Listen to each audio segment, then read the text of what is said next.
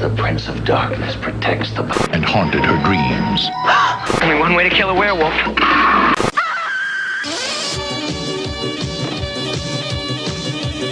Irving Wallace. Irving Wallace? Kill people and chop them up in little pieces. And I want to keep it up for at least 12 hours. Non-stop, if that's what it takes.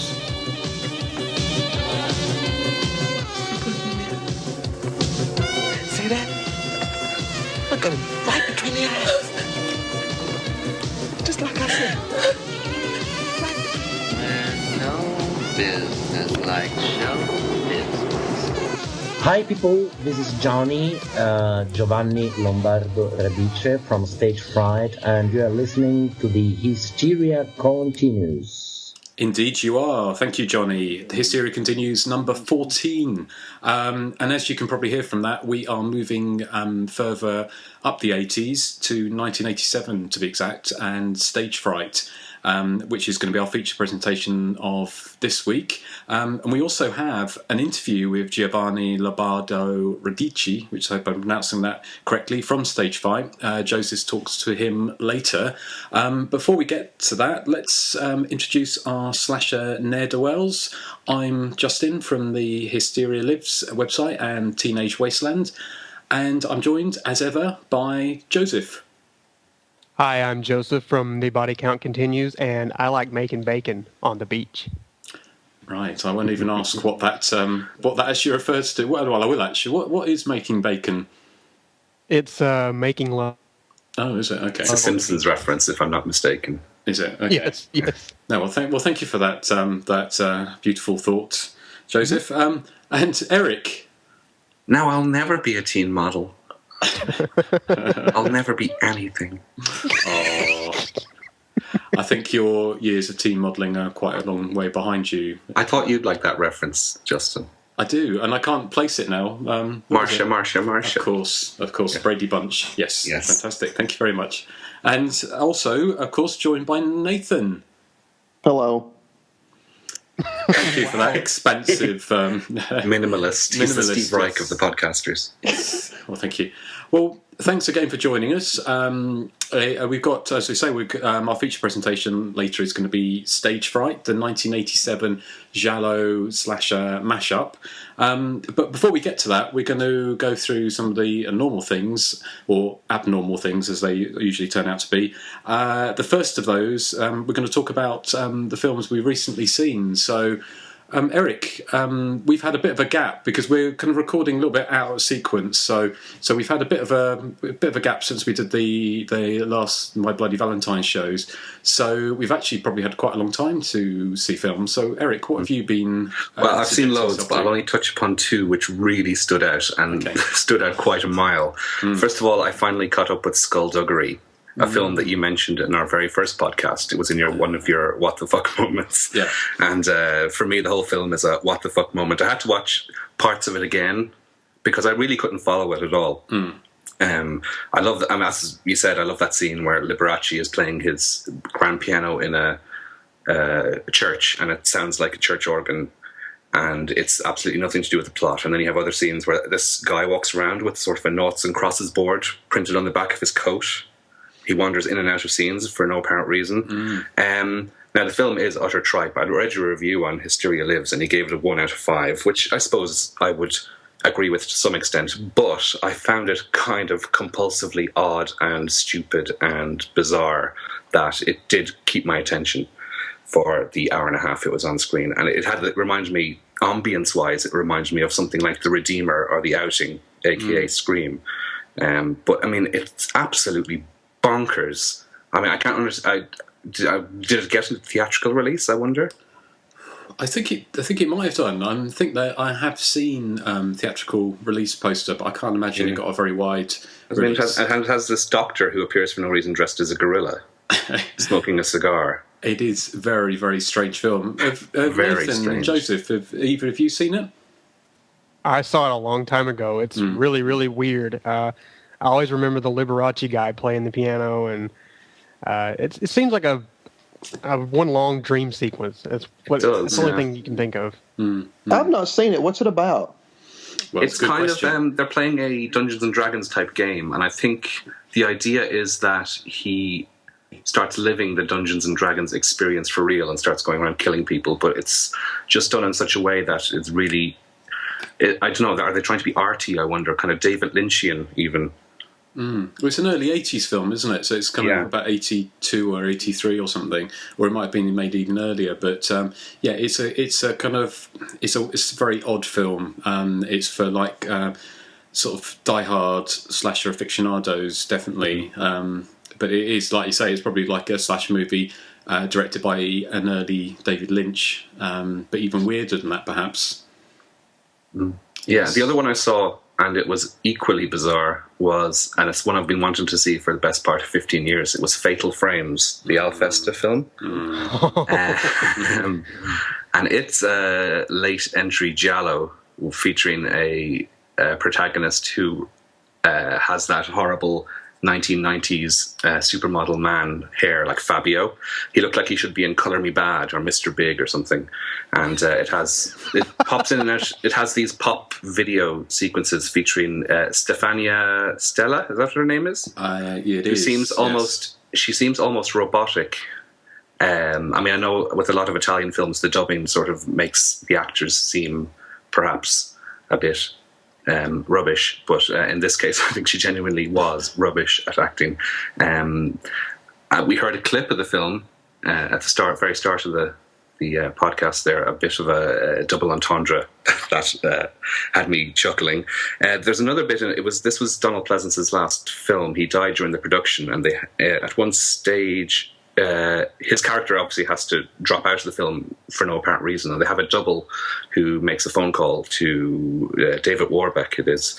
And Justin, I think you have an audio clip there. I do, indeed. This is Donald Pleasance's stand-in's farewell to the film about 2/3 of the way through. When are you leaving? I'm on my way. I'm calling from the airport, Commissioner. I must be home for Halloween. Looks like an old case has been reopened.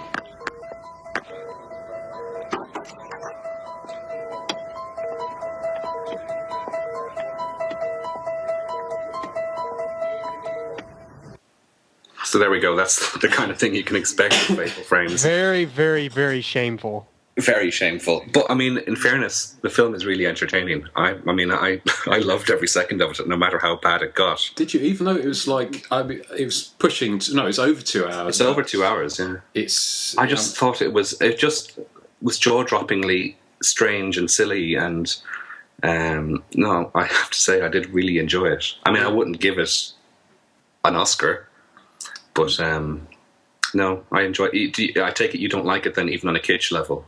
No, I quite like it on a kitsch level, but I think it was pretty mind-numbing. I found the whole thing. It's just the repetitive nature of it, and it seems, even though it was released in '95, I think it felt very much more like one of those kind of late '80s giallo. Everything's bathed in neon, and it's got all these kind of bizarre people in it. I mean, it's got Alida Valli, who was in Hysteria, and obviously David Warbeck and Donald Pleasance.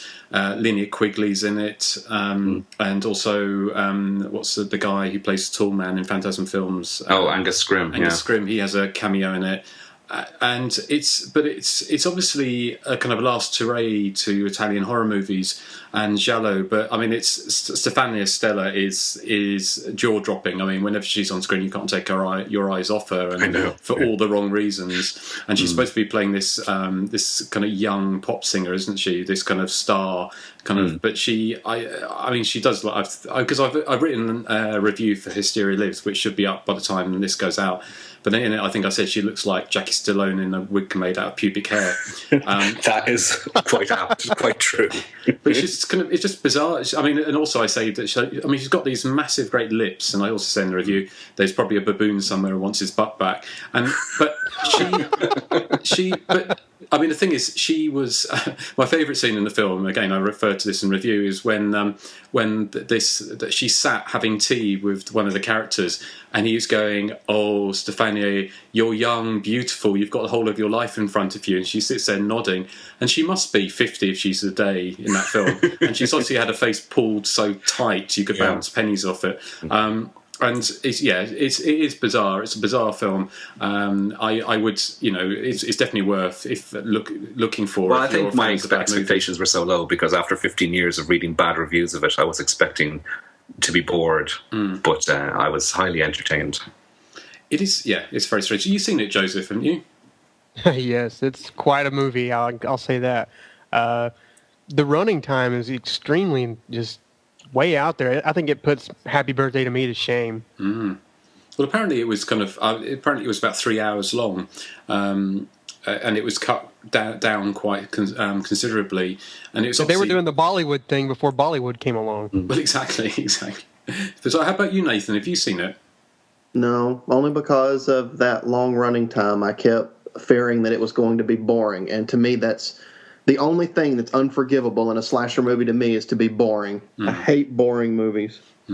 Well, I think it does outstay its welcome. I probably didn't like it as much as Erik did, but I did find it a little bit of a chore to sit through. But there was enough in there that I probably wouldn't go back to it again for a very long time. But it's definitely one of those kind of what the fuck films. The whole thing is so it's worth seeing. But any more thoughts on it, Erik? No. Just I mean, I probably wouldn't go back to it for a while either. But I certainly have to say it kept my attention for its 2 hours and 5 minutes, I believe it was.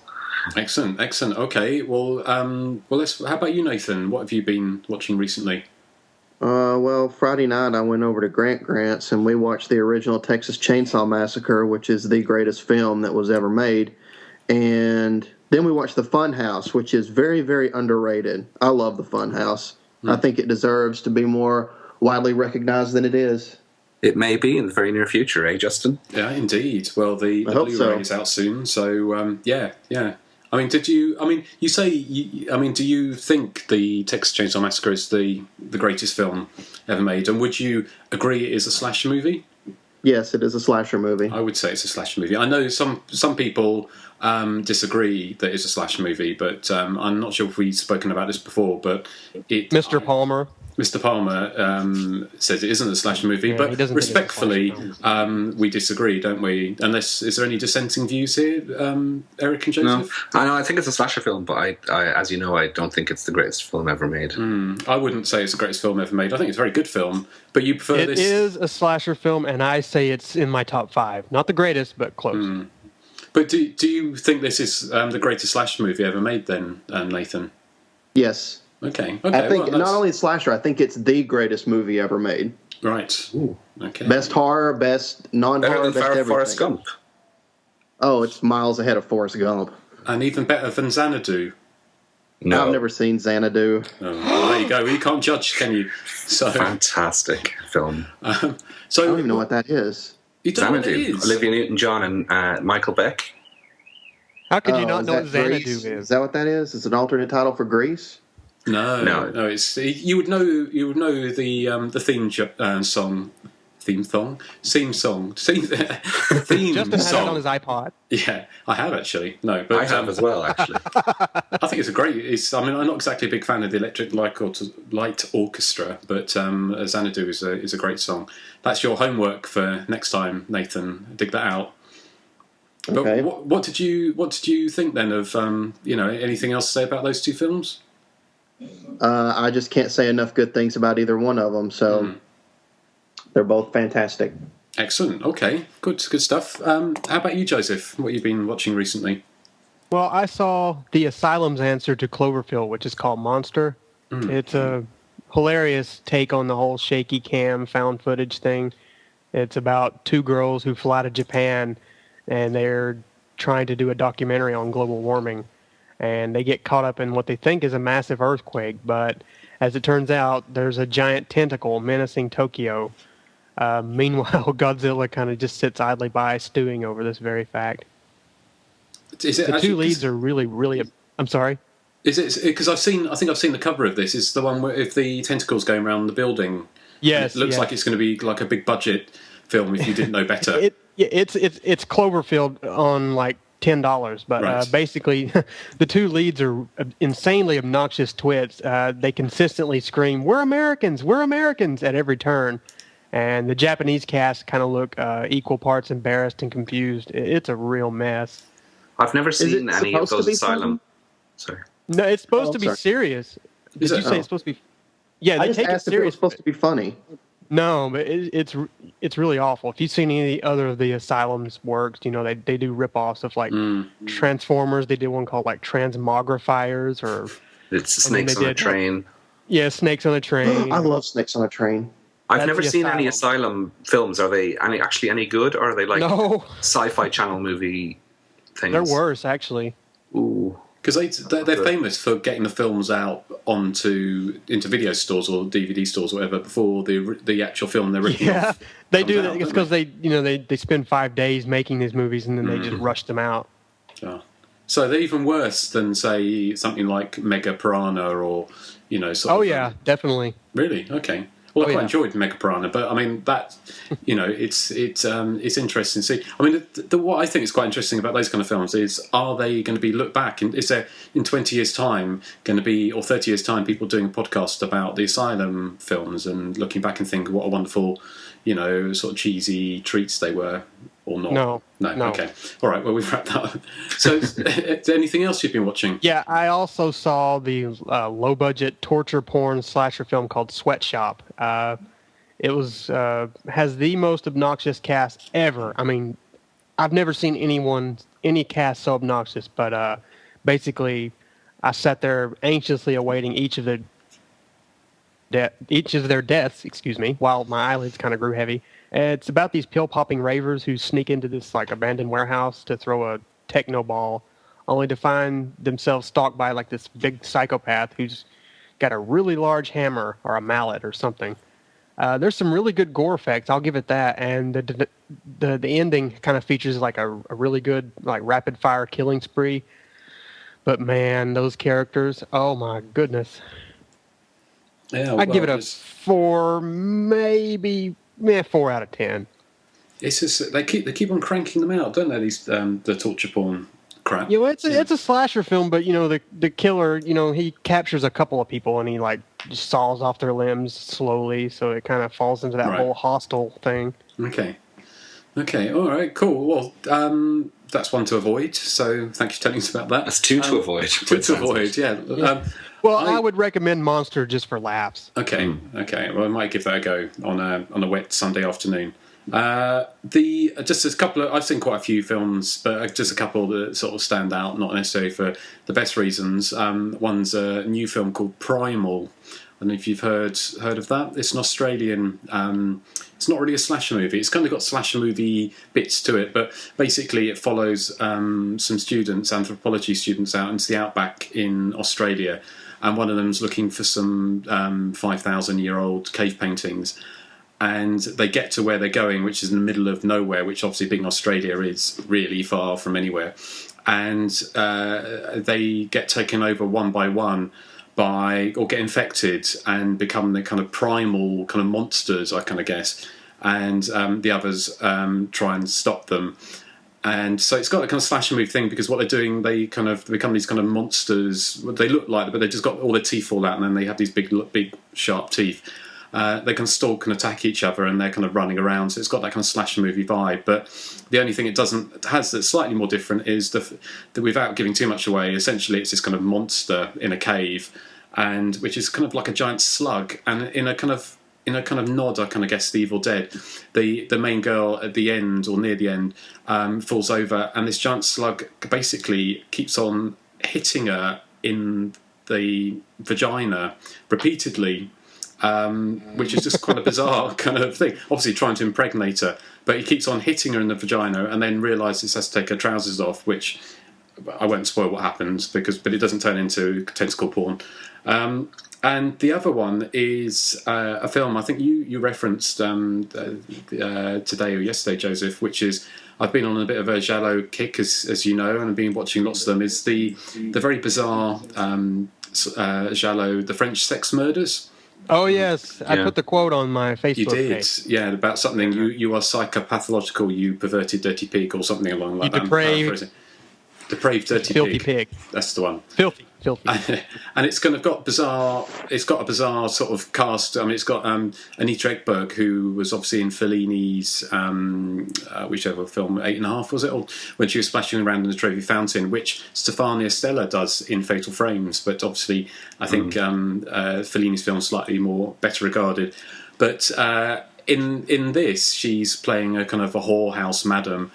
She's also in Killer Nun, which has got the fantastic bit where she's a morphine shooting nun who stamps someone's false teeth on the floor and grinds them into the floor. So she obviously had some quite bizarre career choices. But this is a very, very, very strange sort of giallo, which was actually made and stars actually Dick Randall, who is behind Slaughter High. So it kind of gives you an idea of what kind of thing it was. But if you want a really bizarre giallo with lots of lovely French or Parisian sort of backdrops, then that's definitely well worth a look. What was the UK title of that one again? It was something to do with Humphrey Bogart. The Man with Bogart's Face. Oh, that was it. Yeah. Because it's got the main again, which is even more bizarre, is the main character. Well, the main character, the detective in it, is a Humphrey Bogart lookalike, which is just for no reason at all. No one actually references it in the film. And he's a sound-alike as well, isn't he? Yeah, he's basically playing Humphrey Bogart in this giallo. Which it is just bizarre, and it has the most stupid or kind of amazingly cheap effect of someone falling off the Eiffel Tower at the beginning and at the end. They show it twice, which essentially what they do is they show a shot of the Eiffel Tower, and then they have a silhouette of someone falling, and then they just drop it or push it towards the camera. So it's not it's certainly not Hollywood style or Hollywood budget special effects. So it's like the plane exploding in, is it Case of the Scorpion's Tail? There's a plane explosion where it's kind of an airfix kit. We could probably do a top 3, couldn't we, at some point of things like that? It's like the boats. The boats. Did either of you see the Tales from the Crypt episode where they imported Humphrey Bogart into the episode? No. Was that the 80s TV show? 80s and 90s. Yeah, they did. Okay. I think the very last episode of the show, they actually took footage of Humphrey Bogart and they put him into a news story. It was kind of interesting. Nathan, you saw that, didn't you? Are you talking about the one with like Sherilyn Fenn, where isn't he dead during the whole episode and he's kind of narrating it? I think so. Is that it? I don't remember. I mean, I've seen all the Tales from the Crypts, but I can't remember. Yeah, it was pretty interesting. That's the one or not. For the time. Cool. Excellent. Well, talking of top 3s, the top 3 is making a comeback this time. Oh, so, you know what that means, don't you? Yes, I do, unfortunately know what that means. And we I will like get how to you're that. so excited about it. I know what you've does got... it mean? I don't follow. Well, it's fun. Oh. It's what comes after the first one, Erik. So... Okay, well, top 3s. I can't remember who came up with this idea, but who was it? Nathan. Me, Nathan. Do you want to describe what we're going to be doing? Well, it's a top 3 where it's characters that you wish had survived, or characters that you just didn't want to see die, basically. Excellent. And what do you want to go first, Nathan?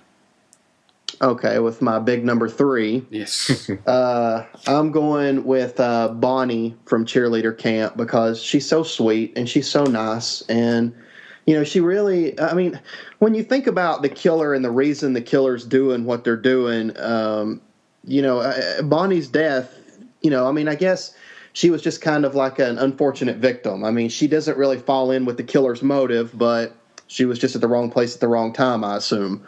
But, I mean, I don't know. She does all these, like, awesome stuff, and she's always bright and cheery and happy. So I don't like seeing her die because she's so, she's so positive. She has a positive outlook on life. But not long for this world. Actually, no, she did make it to the final reel of the film, so... Now she has a positive outlook on death. Exactly. I think we should say, obviously, it goes without saying there's going to be spoilers. But obviously going to be random spoilers because, but hopefully it won't, the time you get around to seeing some of these films, you haven't already seen them, you would have forgotten all about what we said. So just taking the spirit that's intended, I kind of guess. Anything else to say about Bonnie, Nathan? Spoiler for Cheerleader Camp. I do want to bring this part up, is that obviously, Lucinda Dickey, which we've said this before, is the killer. And she's killing them, because I guess they're mean to her. They all call her mascot like it's a big insult. But, Bonnie never does that. And in one scene, she actually goes and gets Lucinda Dickey's sweater for her when she needs it. And then this is how she gets repaid. Thanks a lot, Lucinda. Well, that's I guess with homicidal maniacs, you can't, there's no reasoning with them, is there? I guess not. Right. Well, thank you, Nathan. Erik, what's your number 3? My number 3 is, and this is quite a guilty secret of mine, because I know this actress gets a lot of stick in the press and from fans as well. It's Sarah Michelle Gellar playing the role of Helen in I Know What You Did Last Summer. I always found Sarah Michelle Gellar, and I'm not a Buffy fan. I've never seen an episode of Buffy the Vampire Slayer, but I always find her and a very likable screen presence, and I know I'm probably one of the few who do. But as Helen in I Know What You Did Last Summer, I think she's quite likable. I mean, she makes the mistake of, agreeing to dump the body into the sea and to try and cover it up. But I think the fact that she feels such guilt then when we catch up with her 1 year later makes her quite sympathetic. And, it's rare in sort of post-Scream slashers to have a character that feels any kind of guilt for misdeeds or whatever, so I was quite, not sad, but I mean, I really didn't want to see her die. I mean, I thought all the characters by Ryan Felipe in I Know What You Did Last Summer were quite likable. So yeah, she's my number 3. It's Sarah Michelle Gellar. I like Sarah Michelle Gellar. I'm glad somebody agrees. Yeah. I don't dislike her. I mean, I think she's been in some good films and not so good films. I think her career's gone off the rails sort of recently, isn't it? I kind of guess, but yeah, I think she's quite likable in that. I mean, it's one of the things actually I think with like slash movies is, and I think with all of actually in my picks without going into them yet, is they're all kind of the reason I didn't want those people to die is they always seem to be people who have a joy of living or looking forward to the future or happy or nice, and like your pick, Nathan, they're people that just sort of you think, well, actually, unlike the people like that film you talked about, Joseph, where they got full of obnoxious people, you just can't wait for them to die. A lot of the classic 80s sort of slash movies actually have characters in them that you would probably maybe even watch a film that they were in. There wasn't a killer running around potentially, and I think it was. I think I Know What You Did Last Summer gets a lot of stick, and it was certainly back at the time in the late 90s. I think that was the first film, wasn't it? It was when it was a real backlash against Scream, and that was the film where everyone's talking about. But the backlash was from horror fans, really, who didn't like this new, cool, trendy horror, as you discussed in a previous program. But I mean, I Know What You Did Last Summer is one of my favorites from that era. I rate it much higher than Scream. Well, I watched it again recently, and I quite enjoyed it. And I think it sort of drags a little bit, and I think it kind of it goes off the boil at the end, and it's a shame they can reveal who the killer is in the way they do. But it's a good pick. Thank you, Erik. And Joseph, what's your number 3? My number 3 is Billy from Friday the 13th Part 5: A New Beginning. Okay. And why? If ever there were a more If ever there were more a tragic victim to Jason, or in this case Roy's murderous antics, I haven't seen them. Billy is a balding, mustachioed uber pervert. He slaves away, dumping messy bedpans and delivering psychotic nut jobs to halfway houses, day in, day out. If doing menial, nasty chores for the criminally insane weren't bad enough, this poor guy's one and only wish to party with his main squeeze Lana is cut tragically short by the murderous Roy. I mean, doesn't Billy deserve a little R&R after a long day of tending to whack jobs? Sure, he may have had a substance abuse problem, but can you blame him? He has to deal with human fecal matter on a daily basis. Why shouldn't he snort a little nose candy from time to time? And did he really deserve to die? I think not. This is a character who really did look towards the future, a future of partying, and that did not happen for poor Billy. I disagree with you, Joseph. I think that he did deserve to die. How obnoxious is he? Pulls into the parking lot of the restaurant. He don't even bother to go up to the door to get Lonnie. He just honks his horn and sticks his head out of the window, screaming. But she said, "Sorry, Buster, we're closed." She said we're closed. And what about that blaring music? Has he no respect for like the peaceful nature of that community? He just I'm wants just to. saying. He's misunderstood. Is he? Misunderstood, Billy. I'm convinced Lana is only dating him for the drugs. Yes. He's kind of out of her league, I think. Actually, especially when you see her Norks. They're enormous. How come she did that whole I don't know if he loves me, but I think he does in the mirror? That's a great track. God, it's almost making me want to watch part 5 again. Almost. Girl, you are so hot. It's showtime. Billy, no one else likes you, but I do. So I wish you would have. I like Lana. Yeah, Lana's pretty cool. Yes, and well. Anyway, that's my number 3. Thank you, Joseph. Well, my number 3 is actually going back to what we said about characters who are just kind of bubbly and fun. And mine's Largo Woodruff in the Funhouse, who I much prefer actually to the main girl, the actual final girl of the film.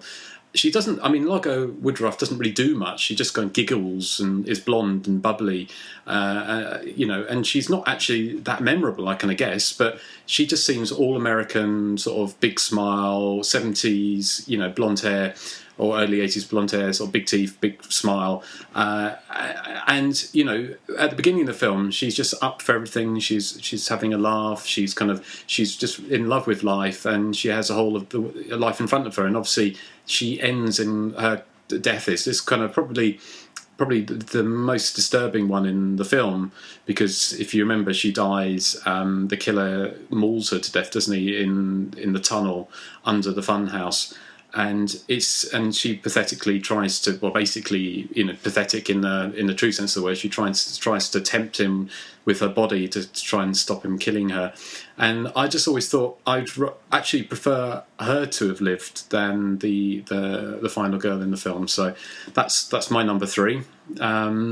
So I think without further ado, here we go. Here we are. We're moving on to number 2s. So, who went first? Nathan, wasn't it? What's your number 2? Well, my second one comes from this blog that I recently discovered called Axe to Grind's Horrors. You could probably find it on Facebook. I don't know the writer of this thing, but he is brilliant. I mean, I can't even describe how great this blog is. So kudos to whoever it is that writes this thing. I've met him. He's really short. He's a little short. Does he have a nice really voice? short. He's only 5 foot tall. Oh. He did a blog recently on Terror on Tour, and there's a girl in that movie named Jane who is she's kind of a street smart prostitute character who, her only options are either, hey, you either go undercover in this dangerous situation or you're going to go to jail. So she's kind of being used as bait by this detective. So she ends up going undercover at this killer that's killing groupies for this band called the Clowns. And the reason that she should have survived is she does everything right. And I hate when characters who do everything right end up getting killed anyway. Like, when she discovers a body backstage, she doesn't scream and make a lot of noise. She tries to keep quiet, and the killer jumps out and, slashes her face. And most of the women in this movie are either too drugged up to fight or just cower in fear. But, I mean, she puts up a fight. She starts kicking and beating him and, runs off and hides. And, basically later on, she the cop that she's, kind of frenemies with, she finds his body. And, the first thing she does is she grabs his gun. And she gets this look on her face. And I remember when I first watched the movie, I was like, oh, man, she's about to go crazy and find that killer and, put a bullet in his head. And as soon as she turns around to go after him, she gets stabbed and killed. So what a gyp. I mean, she does everything she should have done, and she was the perfect setup for the final battle for the killer, and they kill her off, and they end up having the final battle be between the killer and this sniveling, annoying, wimpy guy. So I was very disappointed. Shame on you, Terror on Tour. But it's not. Shame on that movie anyway, because it sucks. Yeah. I mean, the thing is, the only parts of the movie I liked are parts that had her character in it. And she's only in it for, I'd say, about 20 minutes of the hour and a half running time. It's a film I haven't seen for a long time, but I'll have to come back and have a look at it. I remember next nothing about it, and I always get it mixed up with October Blood, because they're quite similar.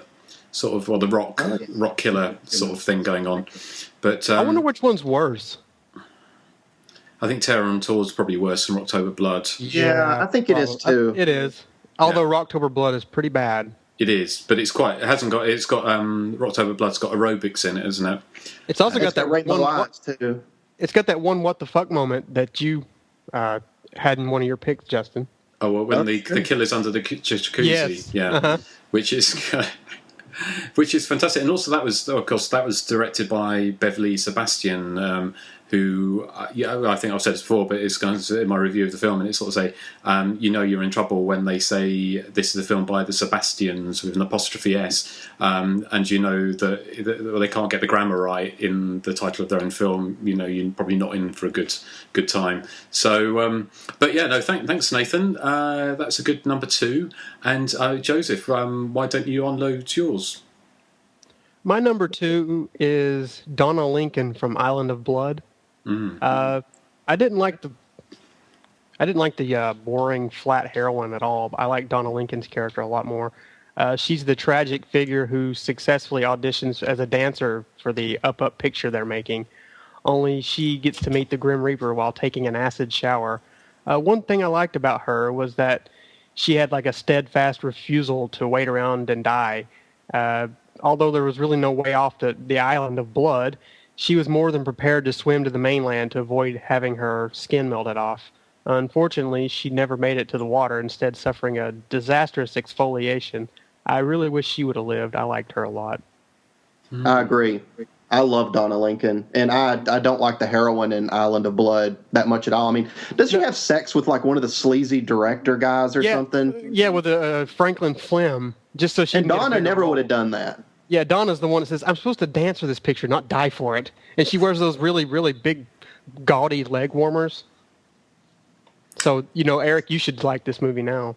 Have you seen it? Because of the fashion. Have you seen it? I have. Oh, okay. Then you probably don't. But it's one of those ones that went in one ear and went out the other. I'll have to watch it again because I don't recall anything of what you said. I can remember the acid shower. It's a very dark movie, isn't it? The print I've seen, anyway. I think a lot of it you can't really see what's going on. Yeah, unfortunately, it needs a proper. Fortunately, perhaps, depending. Hey, it's not one of my favourites, I must admit. But excellent. Well, no, thank you for that, Joseph. And Eric, what's your number 2? My penultimate choice is from Friday the 13th, Part 7, The New Blood. Not a film I'm terribly fond of, but Diana Barrows is in there as Maddie, and I always feel sorry for these underdog nerdy characters in films. Because Maddie is this poor girl who's struggling to fit in, and she wants the nice boy, well, not the nice boy, the druggy boy, stoner boy, to notice her. And she knows, I think, that she is a sort of a league below. What's the other girl's name? I can't remember. Anyone help me out? Robin, that's it. So like she does her makeup and all that, and she puts on this god awful dress. I'm sure it was probably nice in 1988, but not now. Sorry. And she's really nice to Tina as well when Tina comes over to visit, and she gets sort of teased and spoken of behind her back. So she doesn't deserve to die because she suffers every girl's ultimate nightmare. She loses an earring. I mean, that's suffering enough. I mean, I know she finds it within about 20 seconds, but for those 20 seconds, it's traumatic for a woman. Believe me, I share a flat with one, and I know that's their worst nightmare. What, losing an earring? Oh, wow. Yeah. There's no consoling a lady who's lost an earring. Is there not? No. I must admit, I haven't come across a lady who's lost an earring. Well, not literally, but I've not. Ooh.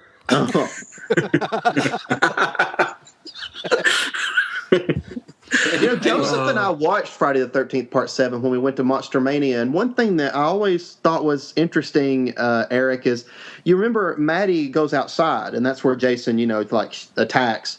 But, I mean, she goes outside and starts yelling for the guy's name that she really likes. I mean, what made her think that he was outside? I never understood that part. I mean, he's been in the house the whole time, and she just wanders out into the forest. She's inhaled some of his drug fumes, maybe. Maybe so. She just doesn't know what she's doing. But I think that's the one sequence that's really suspenseful in The New Blood. It is. Where she goes into the barn or the workshop, whatever it is, and she sees Jason through the crack in the slats of wood.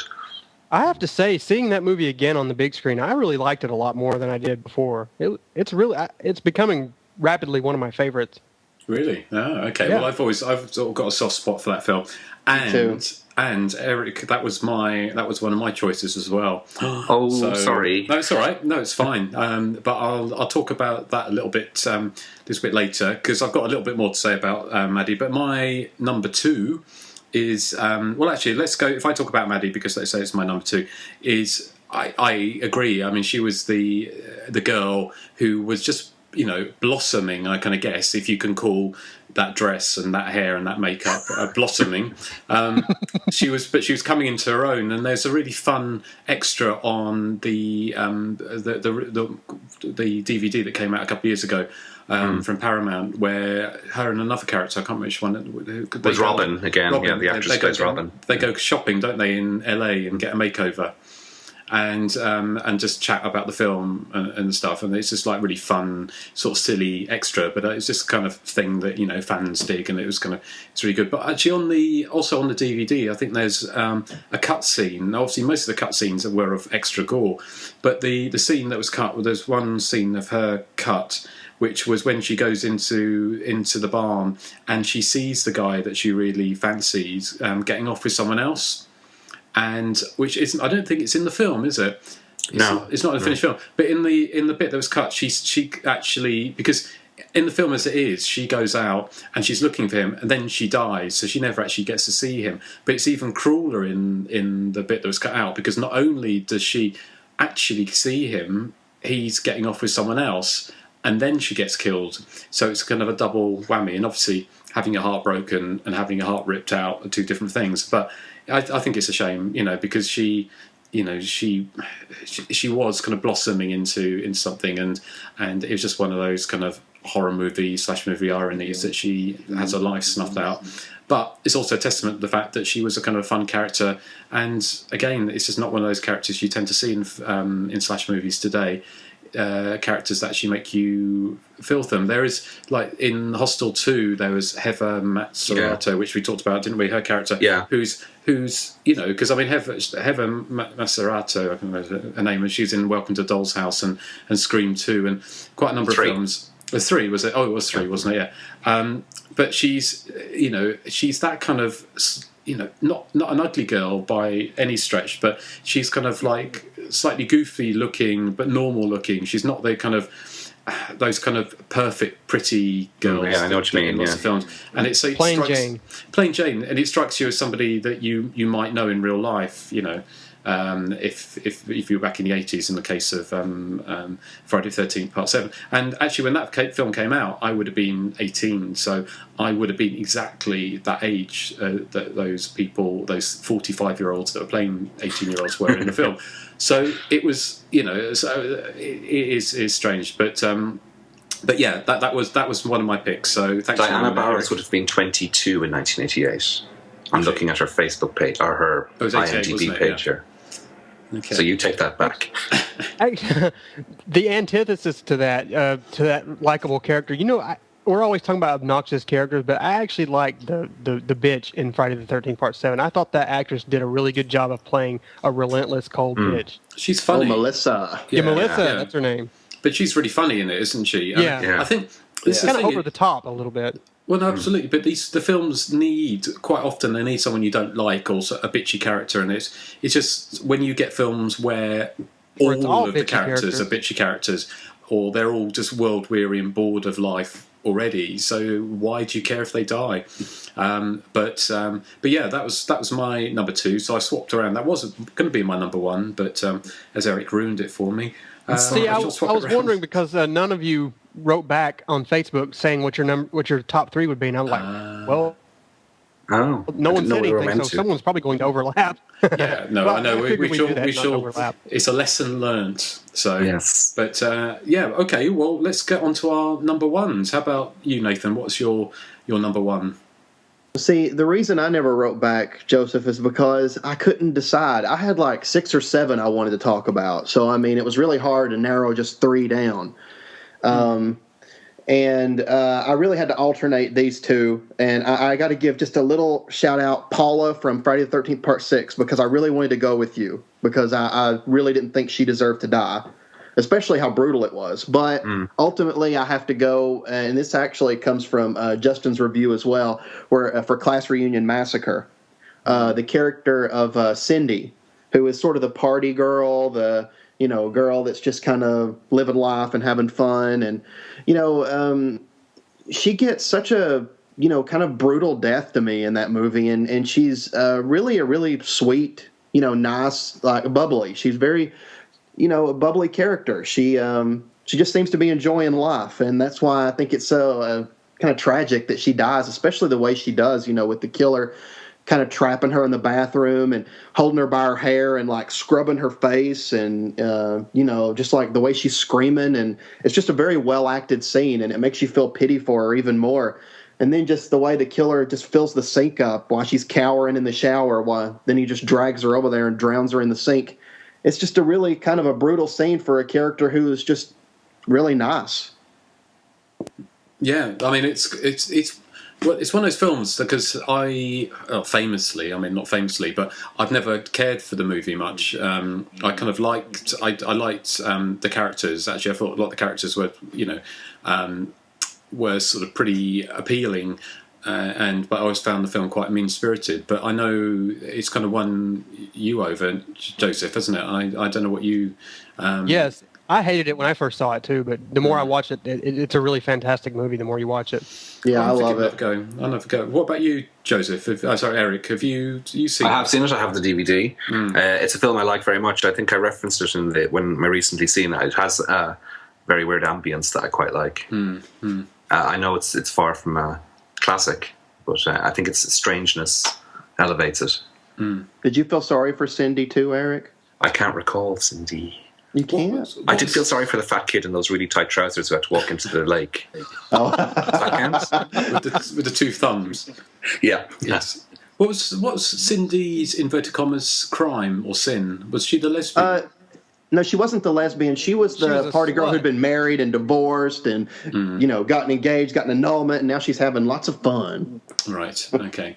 So yeah, that's. I think that was always my problem with the film, because it was that kind of taking actually fun people that you would actually like to hang out with and killing them.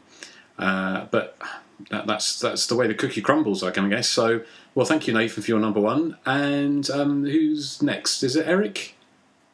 I'll go next, yeah. Okay. My number one is, I suspect this could possibly be someone else's as well. It's Tawny Moyer, I think is how you pronounce it. She's Jill in Halloween 2, the original 1981 version. And she's the blonde nurse who's quite innocent and very likeable and seems to really care for the character of Laurie in it. And she ends up being stabbed in the back by Michael Myers and lifted off the ground until her clogs fall off. It's always been quite a standout moment in the film for me, because she is genuinely a likeable character. I mean, she's done nothing wrong, and she's just in the wrong place at the wrong time. And, it's quite sad to see her demise, I think.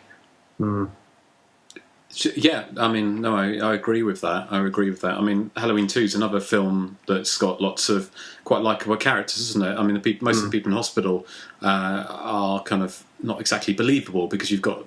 I mean, it's a hospital where all of the nurses are kind of like models, almost, isn't it? Which I think if you've ever spent any time in hospital, you know that's not usually the case. Yes. But talking about Halloween 2, this podcast is probably going out a little bit after we've recorded, but you probably are well aware that the Blu-ray is coming out soon. Is it in September? September, okay. Yeah. Of Halloween 2, which is absolutely fantastic, and I can't wait to see it in high definition.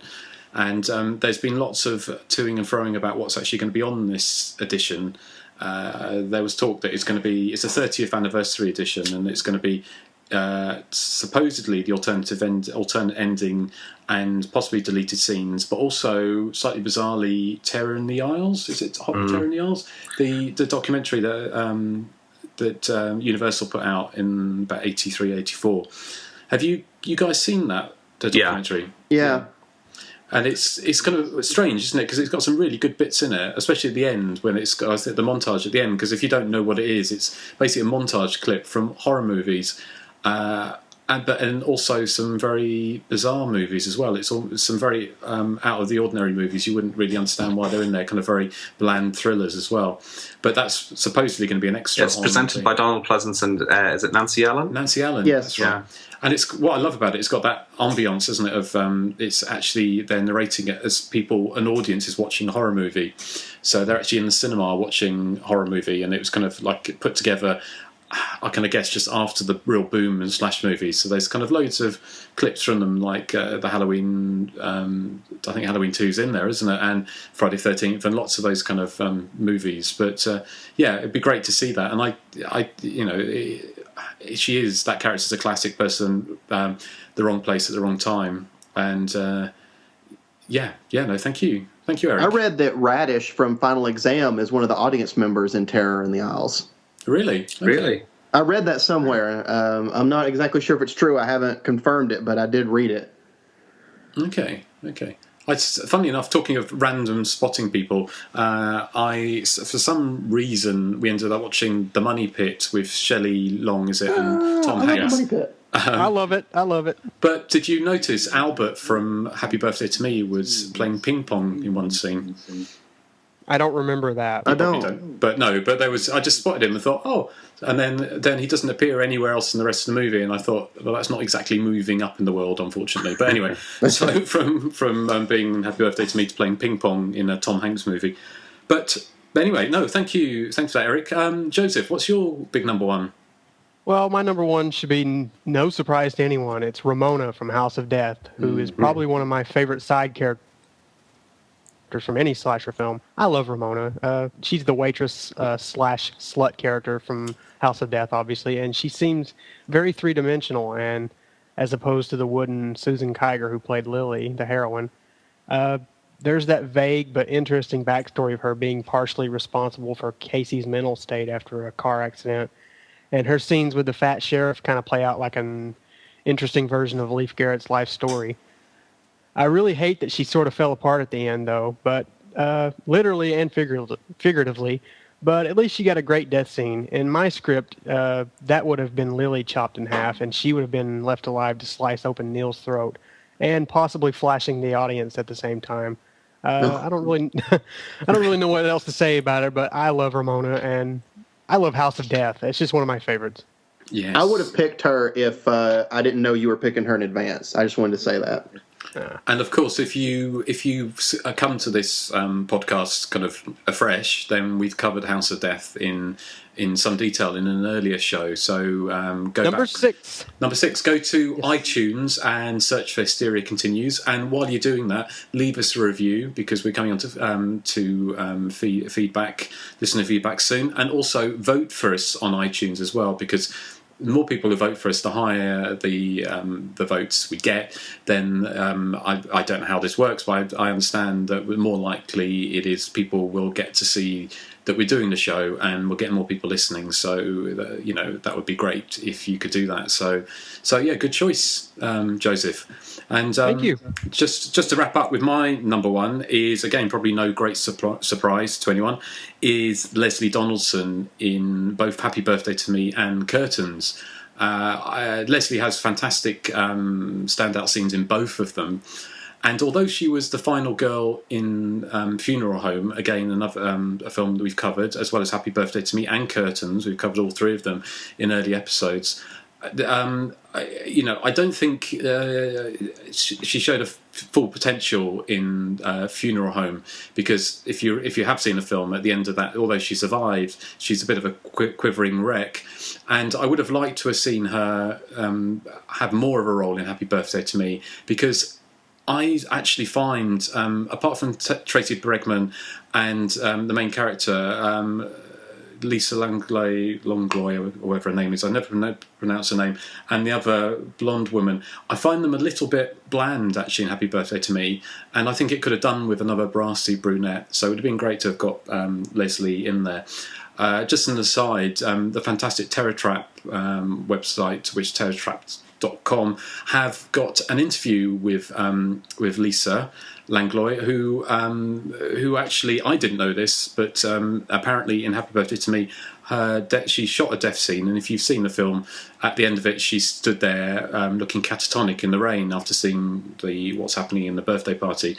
But in the original version, she gets an axe to the head, which was completely cut out because they were told they would get an X rating, and there's no way they could cut it without getting an X rating, which is why there's always been that mystery of a shot of her covered in blood.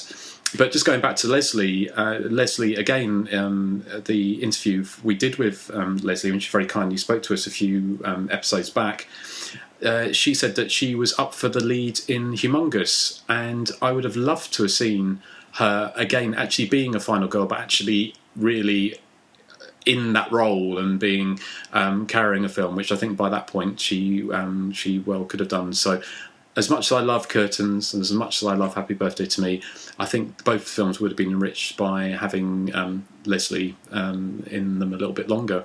So yeah, that's my number one.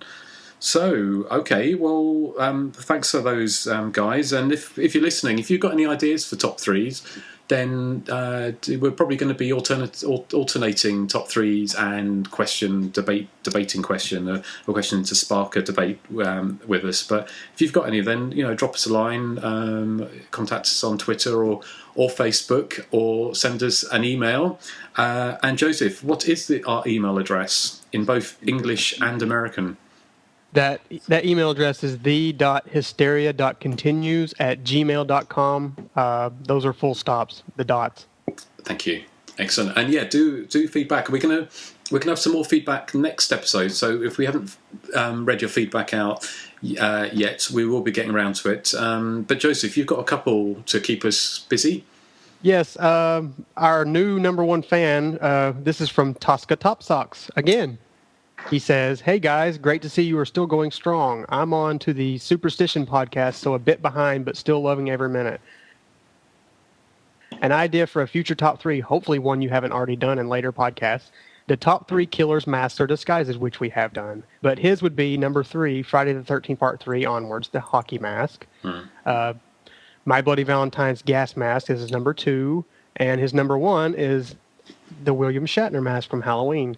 And he says an honorable mention to most mental must be the bowling bag from Gutterballs. Ha ha ha. Great work so far. Hopefully you can keep it up." Yes. So thank you very much, Tosca, for writing in again. And did he get back to us what his name was about? His name, no, his real name is Kevin, but I haven't heard why his Tosca. I don't think he's got to the episode where we asked him. That's probably right. If he's kind of in arrears, as it were. No.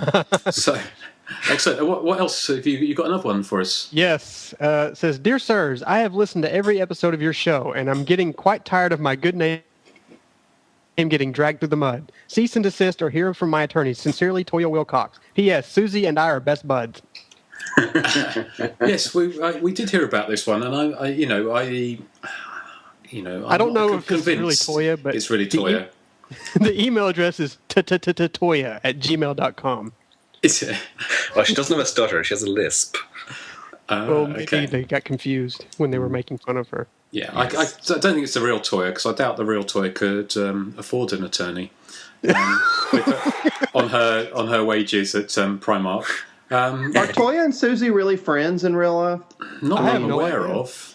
No, I'm sure they crossed paths on Top of the Pops back in the day, but is that when because Toya I want to see Susie them. You know how they did that sci-fi movie with Debbie Gibson and Tiffany? They should do one with Toya and Susie battling like a giant piranha. Well, Susie probably bagged Toya's groceries at one point. I don't think so. I think Susie's had a slightly longer running career than Toya. But, just a reminder, we will be doing a Toya and Susie reference in every episode, so get used to it. We will. I think maybe the last episode we managed not to. I don't know. But Erik, you did an experiment recently, didn't you? I did, yes. I travelled down to the vinyl vault of where I work, which is just this mass of old 12-inch vinyl albums. I discovered that the 1981 album Anthem by Toya was borrowed more times than Juju by Susie and the Banshees, released the same year. So that was conclusive proof, I think, surely.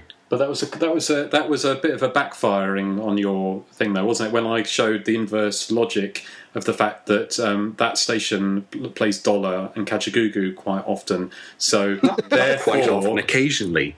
Unfortunately, it's wall to wall Beyonce and Jay-Z, and so you're saying they play more crap than good. They are my employers, so they play fantastic music 24 hours a day. We could infer in that possibly, obviously, you won't be saying that because obviously, yes, we wouldn't want you to get in trouble. But if I went through that, you can see why I should have been a lawyer. It would mean that if they're playing more crap than good, then the fact that they played Toyah more often than Susie, I think that disproves your theory, Erik. Mm-hmm. So, but anyway. But what can we say? This is where Erik should say, "I'll get you next time, Gadget." Yeah. Right. Well, if you're listening, Toyah, well, thank you. You haven't got anything else to do, so it's nice you're making time out of. I follow Toyah on Kyle. Facebook, and she's chock-a-block with her calendar at the moment. Is she? Yes. Not got any time at Primark because it double shifts. Okay, so why are you so mean to me? Because I can be. Right. Okay. Anyway, enough of Toyah. I'm sure our listeners will agree. We flogged that horse to death, quite literally. So we'll get back to it next time. Exactly. Okay. But shall we go on to our feature presentation? What about Nathan's What the Fuck moment? Yes. Sorry. Sorry, yes. Nathan. Yeah. I was going to ask that. What is Nathan going to do? His What the Fuck moment? Yeah. Nathan, yeah, I will. What have you got for us this week? Well, I guess this makes up for my top 5 because this is number 5, I guess. It's from Final Exam, and there's the scene at the end where the main girl, Cecile Baghdadi, is in the big chase scene with the killer, and I guess she ends up losing him. And there's this area she's walking by that has all these barrels, and so she finally walks by one, and the killer jumps out of it. So I'm just thinking, why did the killer choose to hide in a barrel in this area? I mean, first of all, he had to know that she would walk by it. And then, to be hiding in a barrel, it doesn't give him much room to jump out. He jumps out, but it probably take a few minutes to climb out of that thing to go back after her. So it's kind of a weird hiding place for the killer.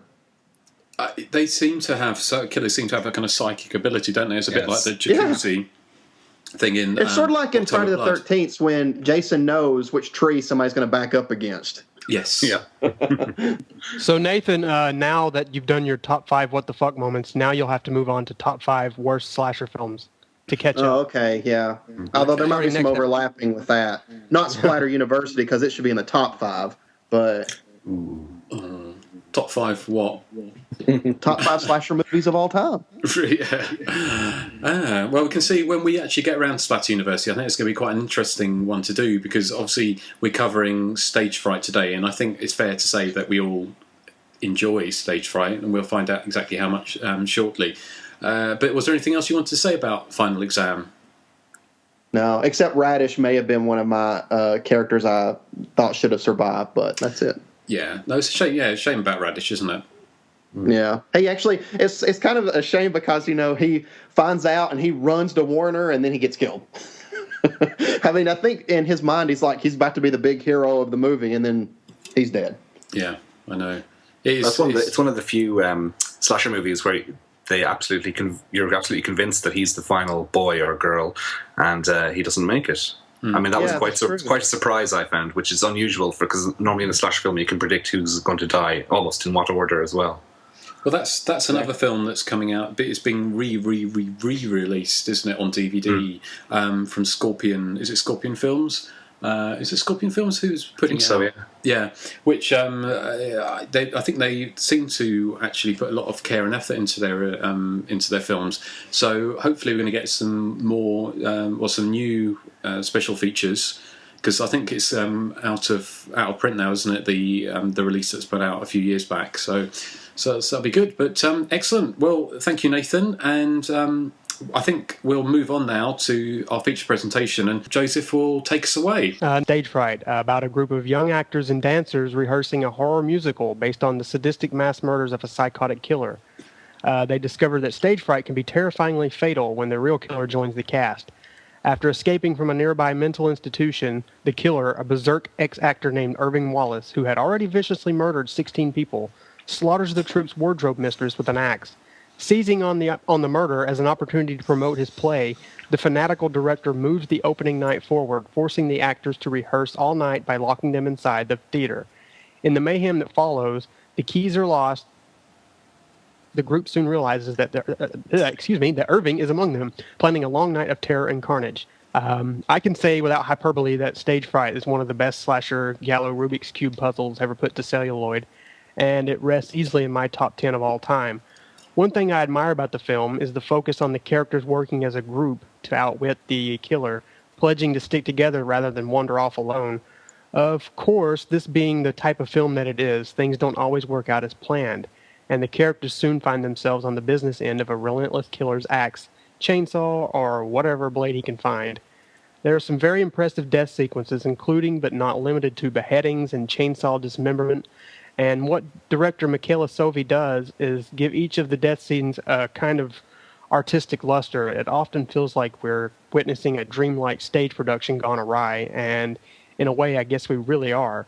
The film also plays with the cat and mouse theatrics of slasher films by giving the killer one of the most iconic masks, that being the gigantic owl head, acting as sort of a metaphor for a predator-prey, owl-mouse relationship. Finally, the film is not content with letting a few of its more detestable characters, and I'm pointing at the character of Peter exclusively, get away with their selfish misdeeds without a little karma thrown their way.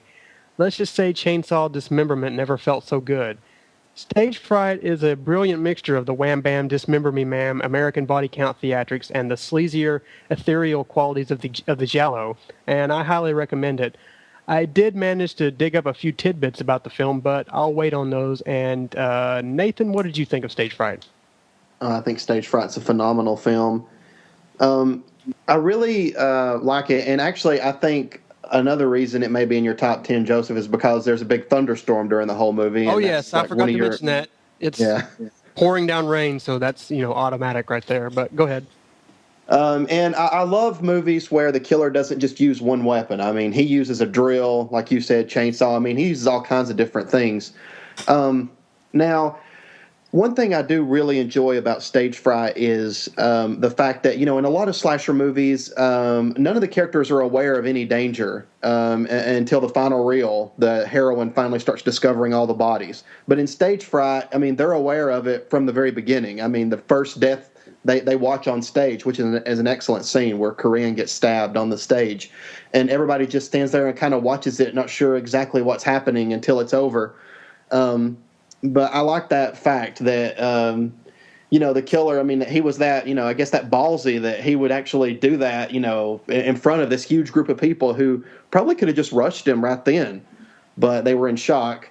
And I like the fact that they kind of go after him themselves. They kind of like with that scene where they shine the spotlight on him and everybody just kind of goes after him. I think if they would have maybe planned, their attack on him a little better, that, maybe they all wouldn't have died.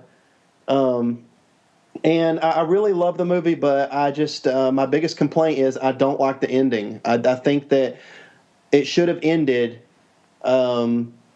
before. I mean, there never should have been a scene where anybody goes back to the theater. I think that was kind of cheesy, and it just felt tacked on to me. So I kind of like it. It kind of seems out of this world, and it kind of goes along with the whole movie. The whole movie seems out of this world. So the guy coming back going, I put 6 bullets in the chamber. Him coming back doing that I don't know. It kind of messes with me, but I don't know. It just doesn't really do that for me. It's just, I don't know. I've always felt sort of like opera, how the ending scene of it feels tacked on. I feel the same way about Stage Fright. But that's not to say that I don't love the movie, because I do. I think it's, I'd probably put it in my top 10 too.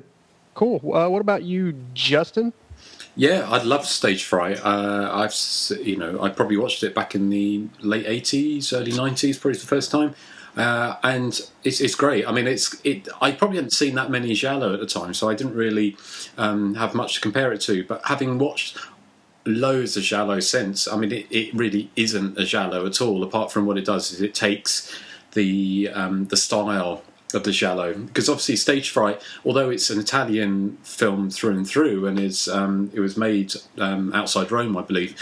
is set in America, isn't it? I mean, it's very careful to make sure that we believe it's set in America. There's Time magazines, there's an American flag, all the signs are in English. The actors and actresses are paid in dollars, and it's got American cops outside.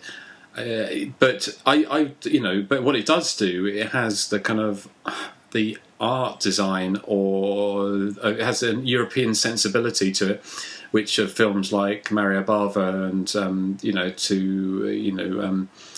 certainly, I think it's better than Lamberto Bava's films. But those kind of, it has those things, and obviously Michele Soavi was, as I'm sure you're going to say, Joseph, was a kind of protege of Dario Argento, and I think all this comes through. But the thing that really stands out for me in this film is the things you've already said, is the group working together. It's the reactions are believable. They seem like a genuinely believable. I mean, some of the acting's a little bit ropey, but not nearly as much as a lot of Italian films that have been dubbed into English. And I'm not even sure if this was shot in Italian or was shot in English, but I really like it, and it's got some fantastic suspense scenes at the end. I mean, the scene with the lead actress trying to get the key from under the stage. Fantastic scene. Fantastic. When the killer's sat there with an owl mask, and he's got a cat, Lucifer the cat, the black cat, sat on his lap, stroking him like one of the kind of Bond villains, and the cat is watching the key as this woman's trying to get this key from underneath the floorboards, and she's underneath looking up. And then when she gets the key and she's crawling along under the floorboards, and all these feathers are floating through the cracks in the floorboards, and it gives it that kind of dream-like, almost like snowstorm kind of aura to it. And then she gets at the end, and the killer has seen her, or maybe even seen her all along, and that's probably the reason why he'd put the key there in the first place. But yeah, I love it. I mean, it's great, and I just about the ending, I think my understanding is it was a nod to Halloween, wasn't it? And it was a nod to those kind of slash movies, but it was also, I think, a nod to some of the other films that he'd been in, the director had acted in, because he was in the Absurd, which was the kind of sequel come remake of Anthropophagus. And in Absurd, the killer, who's played by George Eastman, I think he was the writer of this, or he was involved in some way, and he played the killer in that Luigi Montefiore, or however you pronounce his name. And in Absurd, he is unkillable. He kind of, in that film, which is a rip-off of Halloween 2, and I kind of got the impression Michele Soavi was paying homage to that as well, to Halloween, because there was one scene before the great scene when we're going to talk to Joseph talks to Giovanni Lombardo Radici in coming up, but the death scene when he dies is incredibly cruel. I mean, I kind of guess we can spoil that because we're spoiling the rest of the movie, but I remember being really shocked when that happened. I knew because what you see outside is the killer steps into shot, just like The Shape does in Halloween and Halloween 2, and some of the better Halloween films. And they think they find the killer in the owl mask, but they've actually put John Morgan, Giovanni's character, in there. And David Brandon, the director's character, whacks him 4 or 5 times with an axe, and then they take off his owl mask, and he's actually been gagged and tied up, so he can't move, and he can't alert the others to the fact that he's not the killer.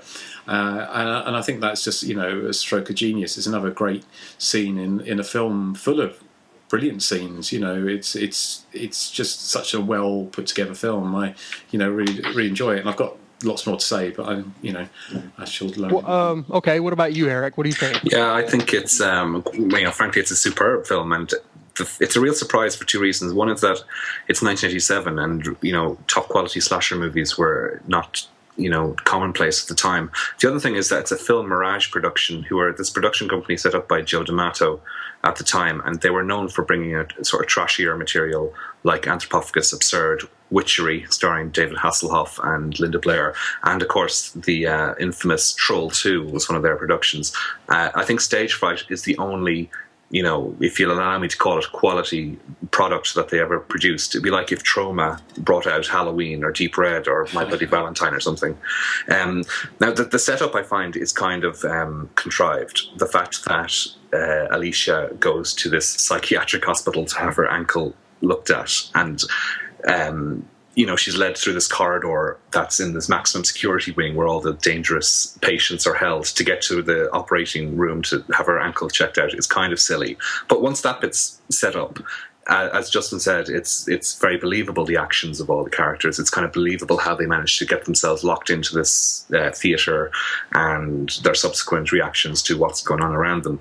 And that's unusual for a slasher film. Normally they're all wandering off in their bras and knickers, to investigate strange noises on their own. So that part is unique. As Justin said, I don't think it's often recited as kind of a giallo, but to me it's an out-and-out slasher, although it's very obviously European. There's no denying, it's very obvious to me anyway that it's European. The actors appear dubbed. The music is very much of the ilk of a Dario Argento movie or a Lamberto Bava film. The Killer's Mask for me is not particularly frightening, but again, it's not cheesy either, which I think it had the potential to be.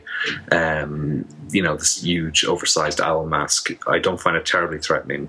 There are huge standout moments that are really effective, though. Again, Justin said the feathers raining down for the final sort of 15 to 20 minutes. It's kind of unbelievable, but it's set in a theatre, so they can kind of get away with sort of these contrivances. The other bit I really like is when the character of Laurel is killed in the shower cubicle, and Alicia is in the cubicle next to her, and they kind of share a glance as she's being murdered. I just find that sort of really sort of creepy.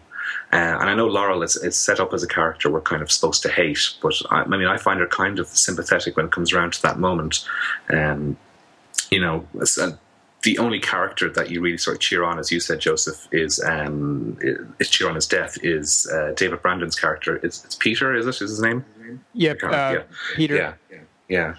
But the whole film is like really stylish.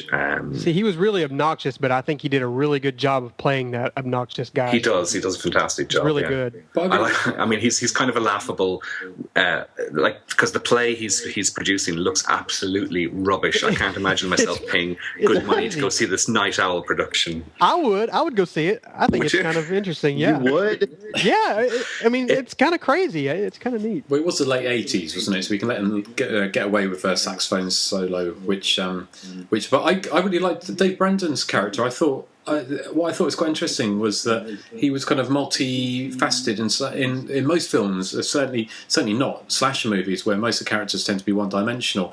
There was a bit when they're trapped in that room before the guy gets drilled to death that he talks to Alicia, and he comes across as quite like sympathetic at that point, because before he's pretending to be sympathetic, isn't he? Because he's obviously seen there's the fantastic scene which possibly pays homage to My Bloody Valentine, where Betty, the stage or the wardrobe mistress, gets a pickaxe to the face, which is a particularly brutal way to start things, and he suddenly sees dollar signs in front of his eyes and thought, well, we're making a play about a killer, and let's actually, we can get we can sell out the show if we kind of make it about this particular murder. Or the Irving Wallace, who was, as you said in your opening, Joseph, he was a classical actor who murdered 16 people, didn't he? Probably in a theatre beforehand. But David Brandon's character, David Brandon is actually a really interesting actor, I think, because he was in that Caligula movie, wasn't he? The Untold Story. Yeah. And he was also been in he was in Derek Jarman's Jubilee as well. So along with Toya. But with Toya, and Susie was in that as well. Mm. But it was. So he's had a really interesting life, I think. Michele Soafe was in Caligula, The Untold Story as well, as an actor. Mm. I mean,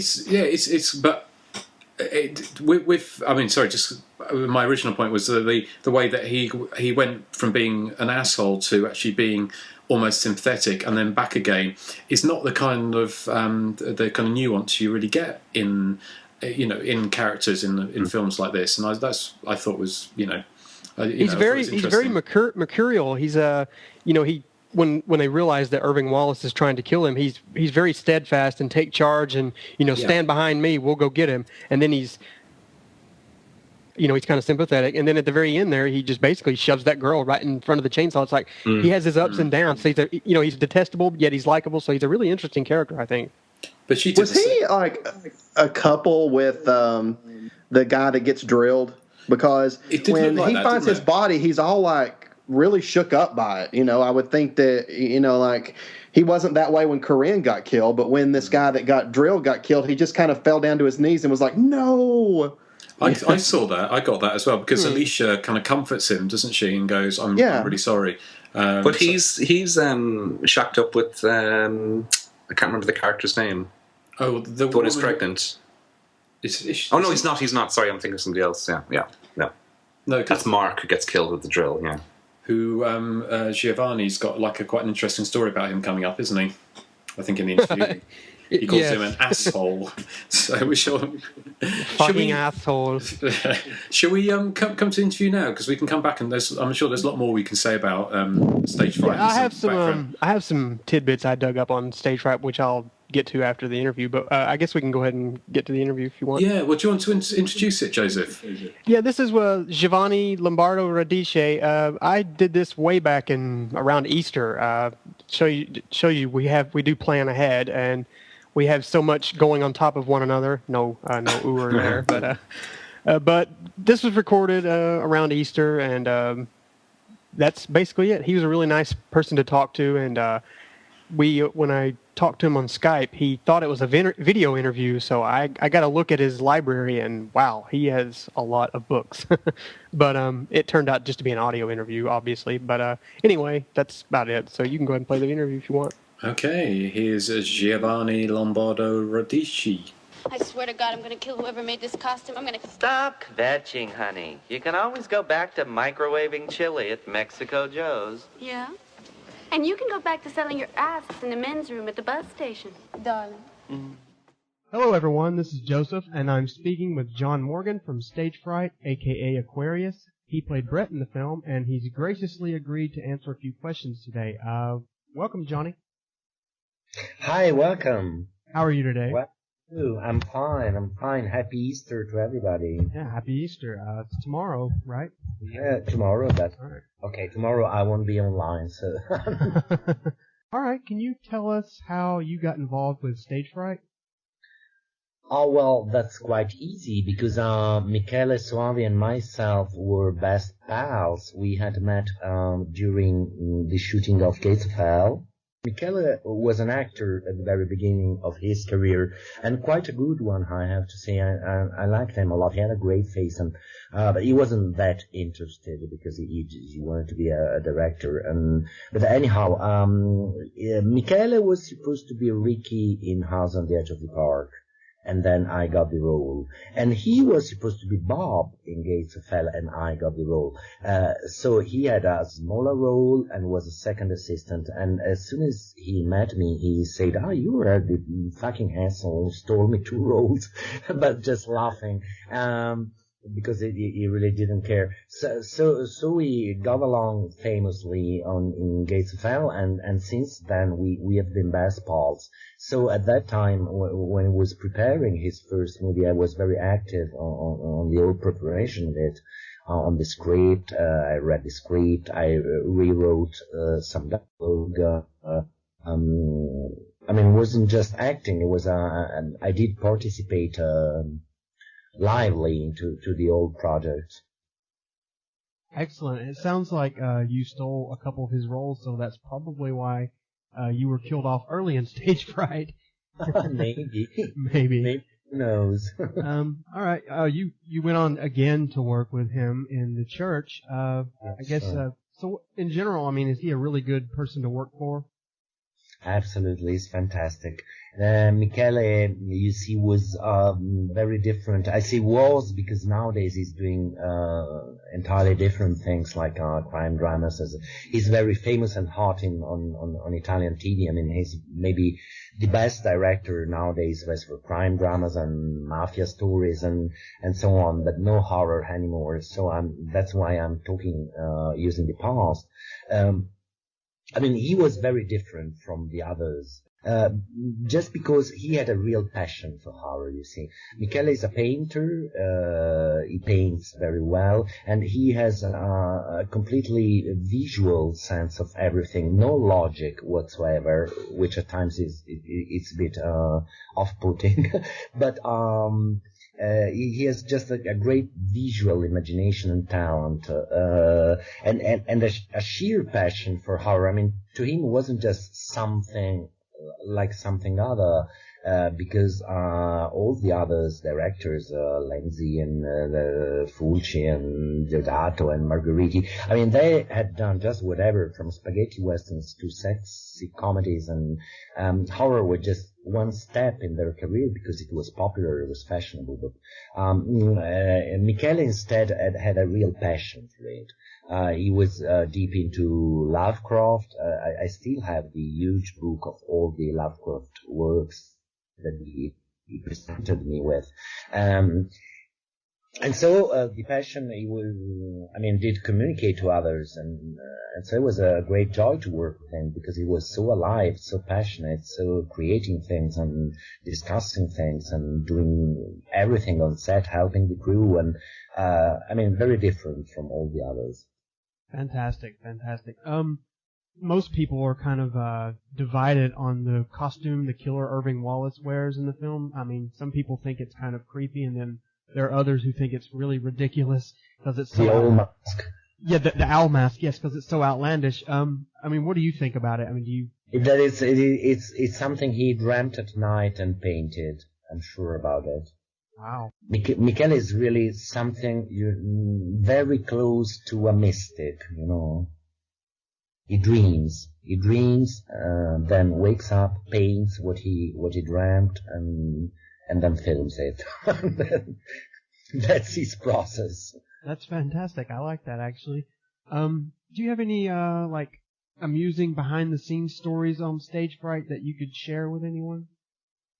Well, all in all, I mean, it was quite a poor production because it was Aristide Massachesi producing it. It wasn't surely a rich production. We were shooting in this huge abandoned studio nearby Rome, which was actually a real movie set, huge but falling apart. So everything was quite complicated and dirty and dressing rooms and whatever. We were a bit like gypsies camping there.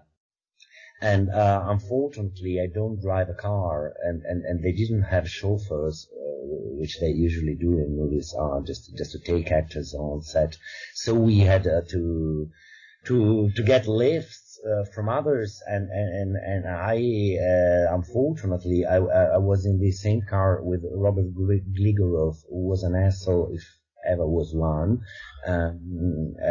So getting on set was very hard with this fucking rock music all the time, and you see, he was a model, he wasn't an actor, so he had no idea about concentrating and getting into character or whatever.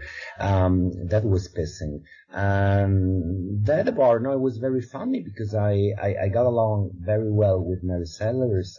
Later on, we also did some stage work together in English in Rome. We started an American theater company. So it was a fantastic relationship with her on set. We were bitching all the time and saying funny things and gossiping, and as our characters did actually. And so I rewrote our dialogues because I'm a stage person, and Michele asked me to make it more real. Add something We did stop the movie for a week because Massachusetts had run out of money. So for a week we were sort of uncertain. Then we resumed shooting, and Massachusetts took the place of the cameraman who had left. So the final part of shooting was with Massachusetts behind the camera. And the only sequence I remember as really very, very hard is when we are all dead, lined up. Remember? Uh-huh. Yeah, and each one had, let's say, his own entrails, like liver, I don't know what, the insides, there, splattered on stage. And to do that, they use animal stuff, real, and it stank like hell. And we had to stay there, not moving. And there was a cat smelling it. And the problem was that, cats aren't like dogs. Dogs, they can act. I mean, they do follow instructions. Cats don't. So the cat had to smell and then go, I don't know, left or right. And he never did. So it took hours to do that, and it was quite hard. Wow. You're not really going to hurt my feelings either way. Was there any truth to the rumor that you're not really into horror films? There's a rumor going around that it's not a rumor. It's a well-known reality. Wow, okay. Stated that hundreds of times. No, I'm not a horror fan. Not a horror fan. I never saw anything apart the old ones, the Hitchcocks and whatever, the classics, yes. Mm-hmm. But I never saw a horror movie in my life. I didn't even see all of mine because when I had a small role, I usually watched only my scenes for dubbing them into Italian. So as for, I don't know, the second one I made with Deodato and the one I made with Bava and even the sect I did with Michele, I never watched the whole thing because I do like characters, I do like being on set, I do like working, I do like filming, but horror is just not my cup of tea. I don't like gore, most especially. I don't like blood. I don't like, could never, I mean, the classics I watched them many a time because of conventions, because of interviews, because of commentaries and whatever. But to make an example, I could never watch, for the old time, the sequence in Gates of Hell where the girl vomits her intestines. I mean, this is too much. No, not for me. Sorry. It is quite a graphic sequence, I believe. Not a lot of horror fans in general can watch it, so I could understand someone who doesn't like horror films. It revolts. Why should I watch something revolting me? No point. Well, if you can't, if it revolts you, I can understand that. Definitely. I guess, coming on to that, are you kind of surprised that, your appearance in these films, these horror films, over all these years, are you surprised that you have such a rabid fan base and making these movies, way back when, did you ever expect people would still be talking about them today? No, I never did. It was a great surprise years ago. It all started with the internet, because before the internet, I just thought there was the booklet that the English journalist John Martin realized in Noticed Man in the World and a few interviews, but I just thought it was really a very niche thing. I started realizing how huge this fan base was. And at that point, with the complicity of my American representative, Mike Barones, step by step, I decided to accept it. I mean, just it was something good. I mean, it's always good to be liked for something you did. Most of all, if it's unexpected, as this was.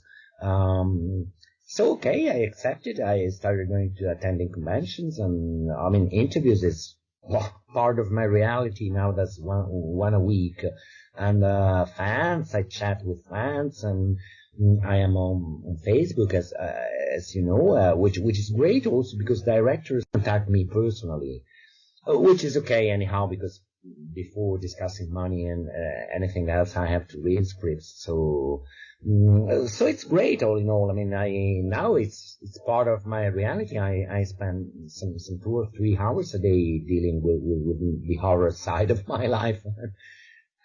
So okay, fine. Do you have before? I don't really want to take up too much more of your time here. Do you have anything in the pipeline that you'd like to kind of talk about, or maybe? The future, maybe. What ties me a little bit is always talking about the past. Because hopefully there will be a future. I mean, recently I was in a few movies that are available on DVD, such as Day of Violence by Darren Ward, an English actor, or House of Flesh Mannequins by Domiziano Cristofaro, who's an Italian director, but the movie's in English and was shot in LA. And we are working on the sequel of House on the Edge of the Park with Deodato and producer and screenwriter Andrew Jones. And I really hope this will become a reality. And Jones is finding financing nowadays. And last November I was in Texas shooting with a very brilliant young American director whose name is Nathan Ward, and Nathan Harris. I'm getting confused with young directors. Nathan Harris. And then there's another project with Andrew Jones, which is Manson Rising, which is a very high budget movie about the life of Charles Manson, and I have a role there, and that is a role. And so there's a lot of things, waiting. Excellent. All right. I really appreciate you taking the time out of your day to do this. Yeah. I hope you're very successful in your future endeavors, and once again, I would just like to say thanks, and hopefully I will talk to you soon online. Okay, thanks to you, and hi to everybody who's listening. I'm sure they will really appreciate this. Bye, folks. Have a good day, John. And now, ladies and gentlemen, Irving Wallace. Thank you. Thank you. All right, that was Giovanni Lombardo Radice from Stage Fright. He played Brett, and such a lovely man, and I was really, really glad to talk to him. But I had a few tidbits that I dug up from Stage Fright. Obviously, this was Michele Soavi's first feature film as a director. He previously worked as an assistant director for Joe D'Amato, Dario Argento, and Lamberto Bava. He directed the music video The Valley for Argento's Phenomena, as well as the documentary Dario Argento's World of Horror. And what else I found was that George Eastman wrote the screenplay under the name Lou Cooper, which is one of his many pseudonyms. He wrote it along with co-writer Sheila Goldberg, and she plays the nurse that tries to turn Betty and Alicia away at the psych ward. Speaking of cameos, Michele cameos as the young cop staked out in the patrol car outside the theater right after the wardrobe mistress gets killed. And another thing I found was during a showing of the film at a late 1990s annual Fantasia Film Festival, audience members tossed feathers from the upper balcony during the film's finale, which, features the feathers dropping onto the stage like we talked about. I thought that was pretty interesting. But anyone else, did Justin or Erik or Nathan, did you find? Yeah, I've got a few factoids. Okay. Michele Soavi and Barbara Cupisti, who plays Alicia, were snogging each other at the time, apparently. And they both went on to work after shooting Stage Fright on Opera, the Dario Argento film.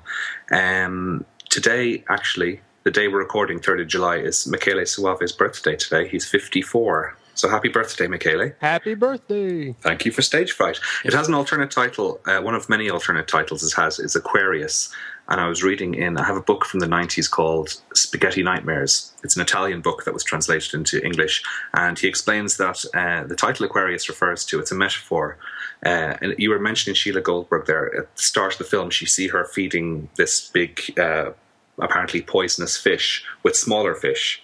And that's supposed to be a metaphor because the theatre is supposed to represent an aquarium where the actors and the cast and crew of the Night Owl are the smaller fish being fed to Irving Wallace. So, and Aquarius is the water carrier in the star signs. So that's where the title comes from. It's a bit arty and pretentious, really, for a slasher film. But I'm not sure it was actually released anywhere as Aquarius, but it certainly was one of the working titles. Bloody Bird is another title it was released under. Did anyone else notice that the character of Danny looked exactly like Sting? He did, didn't yes. He? He's also in Murder. I kept expecting him to go, starting of a brand new day. He's also in what's his name? Lucio Fulci's Murder Rock. Okay. That was his other major slasher credit, looking like Sting again, I'd say, as far as I can remember. And Sheila Goldberg, as you said, played the nurse, who also co-wrote the script. She also did the script for Body Count, which is a film we may be discussing in the future episode. And she worked on other Film Mirage projects like Ghost House, Killing Birds, and A Mock Train, all classics. I don't know if you were going to mention it, but this film also goes by Deliria and Soundstage Massacre. Yes, because Soundstage Massacre is actually the headline of the newspaper that Willie reads at the end. Right, I don't know if they actually got releases under those titles, but they have been thrown about. Well, in Spaghetti Nightmares, the book I was using as a reference for some of the information, the interview is done with constantly referring to it as Deliria rather than Stage Fright. Now, it is an Italian book, so it was probably released there as Deliria. Can I also just say, just about, I didn't get a chance to say it at the end, my thoughts about the ending are that I think it's really good, really effective, especially where the camera pans around and you can see Irving Wallace standing behind Alicia. My problem with the ending is Willie's non-stop chatter and his repetition of the line right between the eyes. That's where I think they dropped the ball. I just had one bullet in the chamber, right between the eyes, just like I said. I was looking at a video, Justin, of Eurofest 1995. Do you remember the Eurofest? It used to be on in the mid-90s in England, somewhere in London, I think. No. It was a horror film festival, and it was organised by Paul Brown, who's from Midnight Media, and Trevor Barley, who was Media Publications, I think, and they used to run festivals in London. One of them was called Eurofest, and they had Joe D'Amato over, and they show a clip of that scene being shown in the cinema, the right between the eyes scene, and all the audience are falling over, guffawing at it. I think it's a shame because the film is so deadpan and quite serious up until that point, and then they kind of lose it. I think they kind of with that character, it was almost like to hammer home this is an American movie.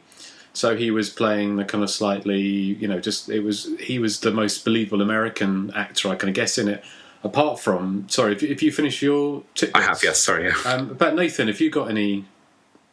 No. No. He always sounds so sad when he's doing everything.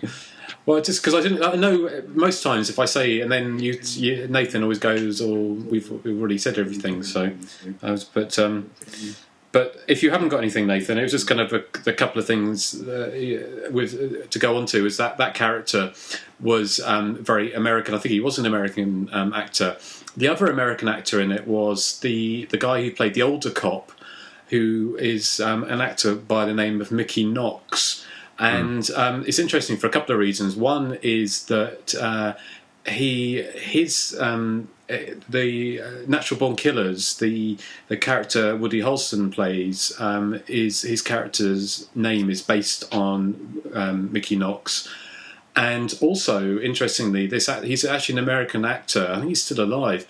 And he was a victim, I think, of probably the McCarthyist sort of witch hunt in America.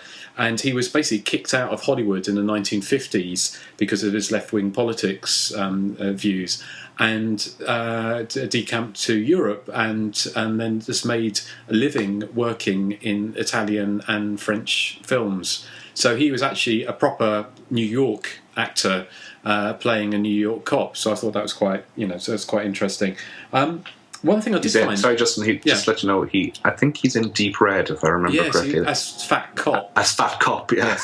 So I don't think that was particularly distinguished. And he's in Bronx Warriors as well, as Vice President. Only his voice, though. Well, absolutely. But I think it's all these kind of little things behind the scenes are quite interesting.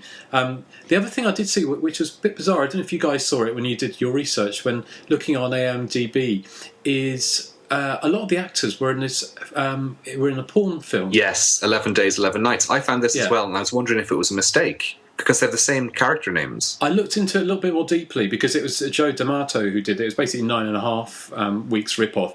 And 11 Days, 11 Nights was kind of quite big on video in the UK, I seem to remember, as one of these kind of smutty knockoffs, which obviously had all the sex cut out, even if it was hardcore, it probably wasn't.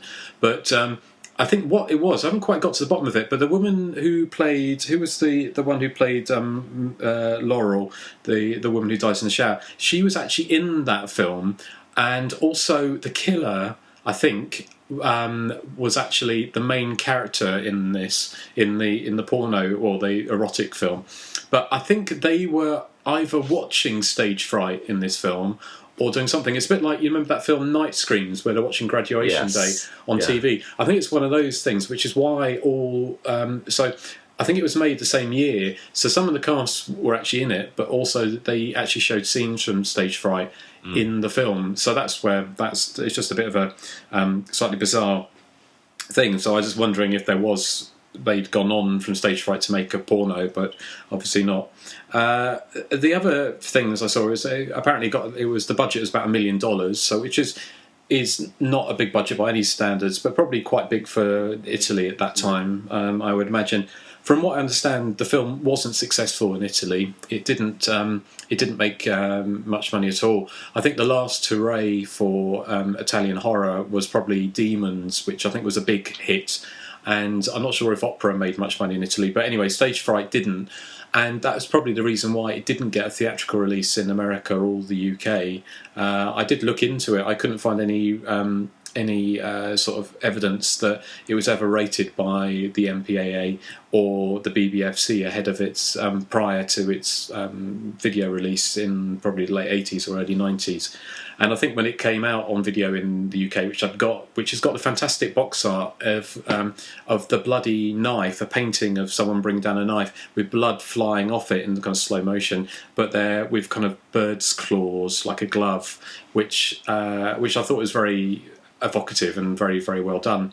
I'm just trying to think if there's anything else that I found. I mean, obviously, Michele Soavi was he was in a number of earlier films, like he was in Absurd and he was in Caligula, and so a number of different films.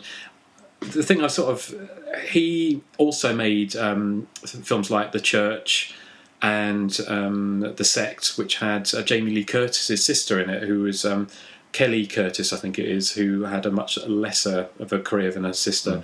And he's probably most famous for Della Morte Della More, which is better known in the US and the UK. Although I don't think it actually got released in the UK.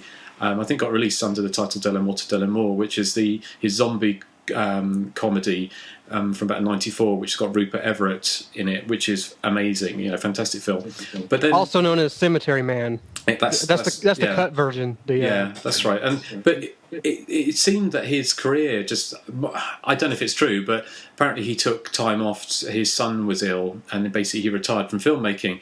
But he, as Giovanni says, John Morgan says in his interview, he is actually one of the best known or most in demand sort of TV directors at the moment. And he seems to be making a never-ending slew of cop films, and they're not, from my understanding, they're not giallos. I mean, Italy pretty much, I don't think they have giallos anymore.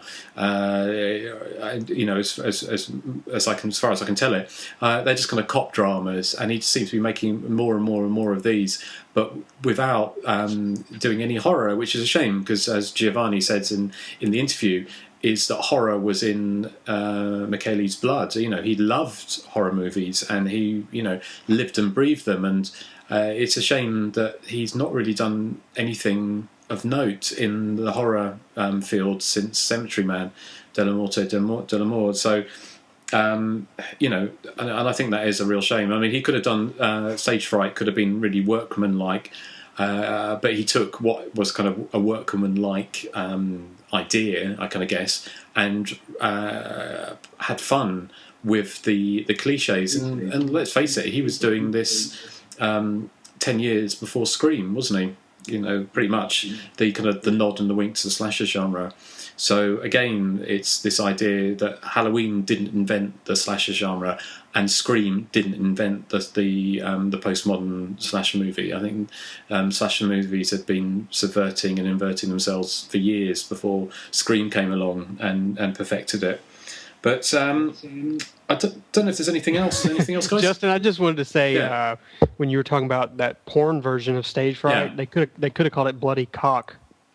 They could have called it Bloody Cock, but who would want to watch that? Yeah, exactly. It's Can I just say I've called up 11 Days, 11 Nights on IMDb, and do you know the way sometimes they list dialogue quotes from the films on IMDb? I did wonder if you might bring this up. Yes. There's one quote on it.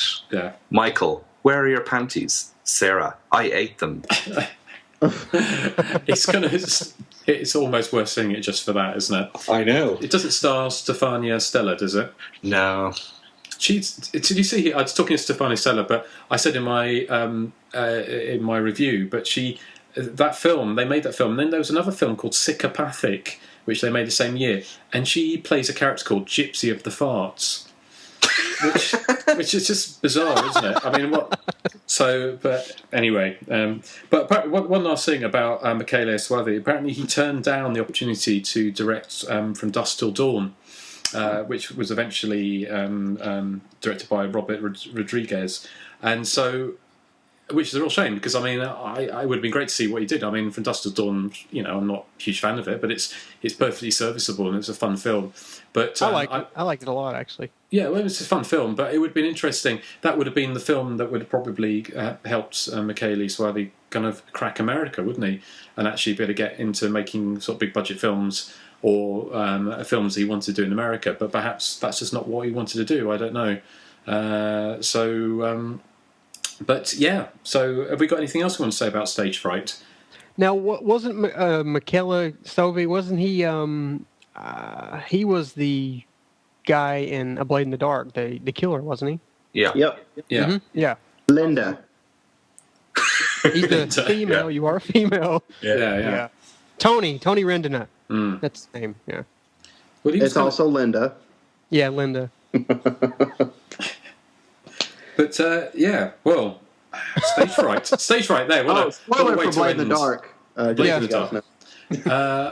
Yes, I'm trying to think if there's anything else for us to say. What do you think of the score? Now, I like the eerie electronic bits, but when it goes more up tempo and rock, I'm not that enthused. But I mean, it's still better than the heavy metal that they use in opera and Demons. Yeah.